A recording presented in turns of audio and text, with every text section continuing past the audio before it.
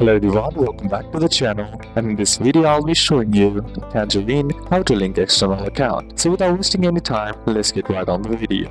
In order to link an external bank account to Tangerine, first step is to open the Tangerine application. So simply open up the Tangerine application and log into the Tangerine bank. The next step is to go to Move Money. Simply tap on the Move Money option on the bottom menu or home screen, and then next step is to add an external account. Simply tap on Add an external account, sometimes known as Link Account at Bank. The next step is to enter the bank details. Enter your other bank's info, and you will need institution number, transit number, account number from a check or online banking. The next step is to confirm the account, confirm the external account, and the Tangerine will send two small deposits, which is test deposits or micro deposits. And then next step is to verify micro deposits, enter the two deposit amounts, and then confirm it, which takes 1 to 3 business days, and enter amounts in the Tangerine app. Once done, account is successfully linked, and we can now transfer money in or out, or schedule transfers as well.